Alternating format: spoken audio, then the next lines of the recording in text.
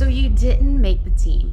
You get the email, your heart drops, the disappointment hits, and then this big question comes up. Should I email the coach, the director afterwards? Well, today I'm walking you through the exact email that I personally sent after I was cut. The format, the tone, the mindset behind it, and I will show you how to write your own so you can leave a professional, polished impression even after hearing a no. Hey there, beautiful souls. Welcome back to our channel, your #1 resource for all things pro cheer and pro dance. I'm Sadie, Community Director for Sideline Prep, and if you're preparing for auditions, learning the process, or leveling up your confidence, make sure to hit that subscribe button so you never miss another video. All right, so before we break down my email, let's talk about why this step even matters. So sending an email after you've been cut is not about begging for a second chance or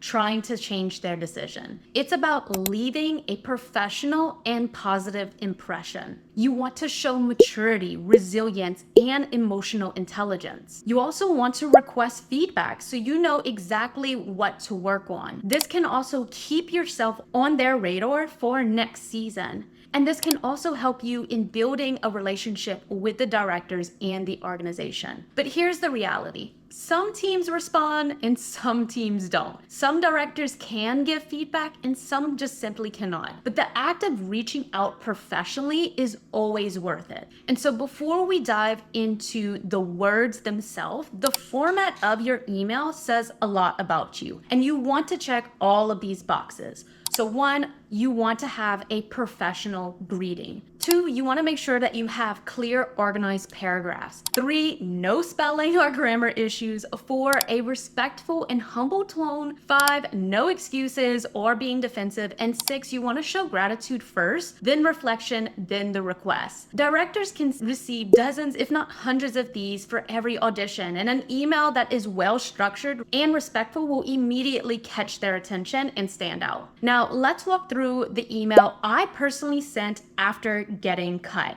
Now, I won't be naming any names or the team. I want to keep their privacy, but I will show you the anatomy of a strong post-audition message. So I start off by saying, hi, director, assistant, and team organization. First, I would like to thank each and every one of you for your time throughout the audition process.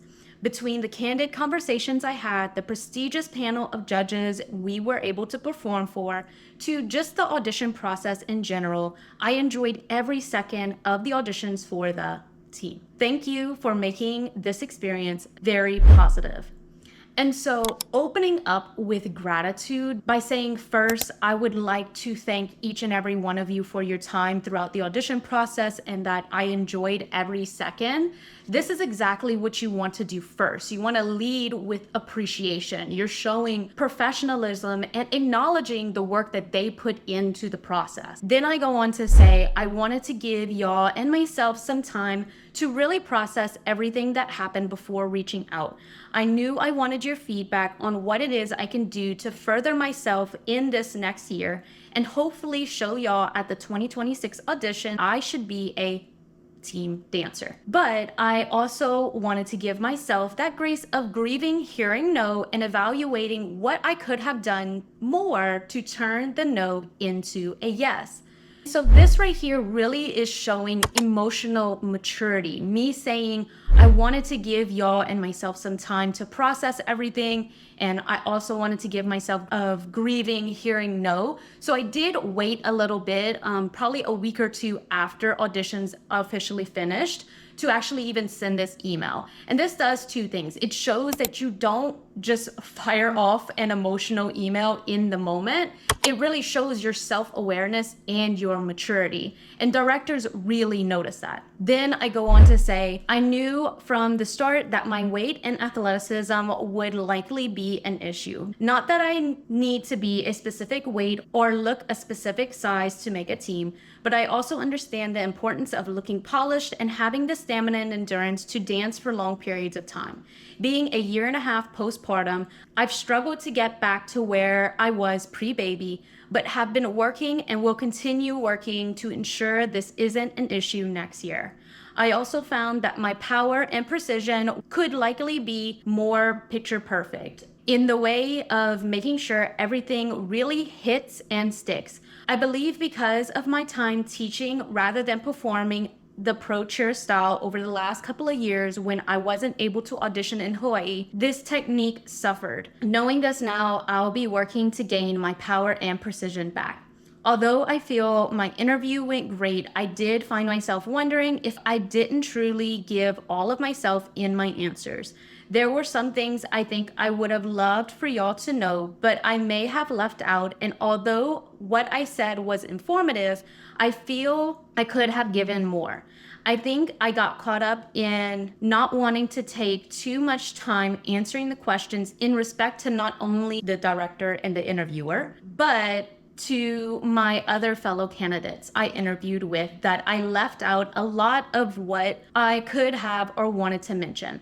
I'll be sure to practice gathering all my thoughts in an impactful and concise way that ensures I'm being respectful of everyone's time, but also giving as much important information as I can so that you can get the full picture of who I truly am. And so what I did was I was taking accountability, but I wasn't beating myself up. You want to address the areas that might have held you back and could have possibly gotten you cut. So for me, it was my weight and athleticism postpartum. Not to say that you have to weigh a certain way, but I physically know that I was not ready. Power and precision, and then my interview responses. And what's really powerful here is that I'm not blaming anyone. You don't want to make any kind of excuses, and you don't want to get defensive. You simply want to acknowledge what you plan to improve, and that's exactly how to phrase it. So then I go on to say, I feel for my first audition back postpartum, making it to finals was such an accomplishment, and I'm very proud of my progress and how far I was able to get.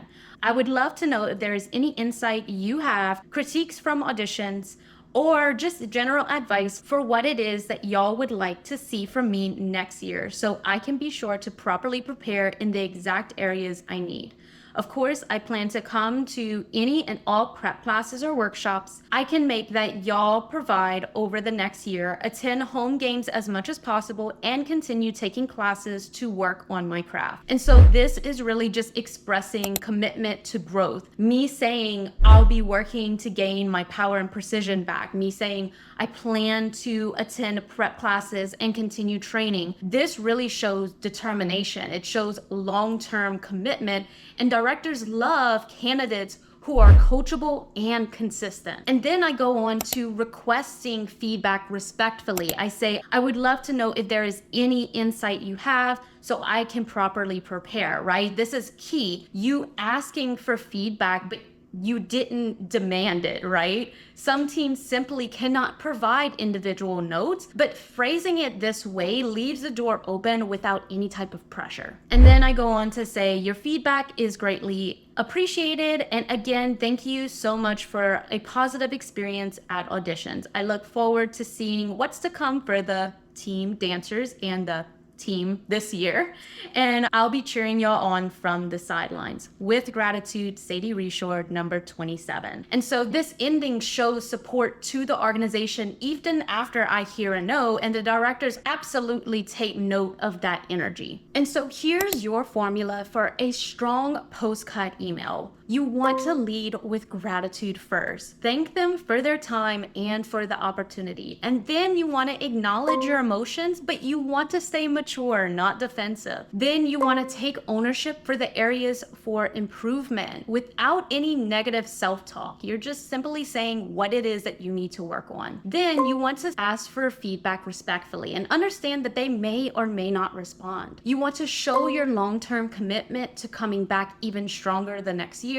And then you want to close with professionalism and positivity. And remember, sending this email isn't just about getting feedback. It's about connection passion, reputation, and standing out as someone who handles adversity with grace. And so if you want help writing your own post-audition email, I put together a free download guide for you. It includes my full email, a checklist of what you want to include and what you want to avoid, and then a fill-in-the-blank template that you can use for your own email. So that link is going to be below in the description, so make sure that you grab it. And once you download it, come back to the comments and comment the word email so I know that you got it, and then tell me what part of the guide helped you the most. Your experience might just help someone else who's going through the same thing. And just know we're all in this together. Believe me, I know how that feels. But thank you so much for hanging out with me today. If you found this helpful, be sure to like this video, subscribe, and share it with another aspiring pro cheerleader who might need it. And as always, keep preparing, keep growing, keep shining, and on behalf of Sideline Prep and all of our Sideline Prep coaches, we wish you success in all that you do. Make it a great day, and I'll see you next time.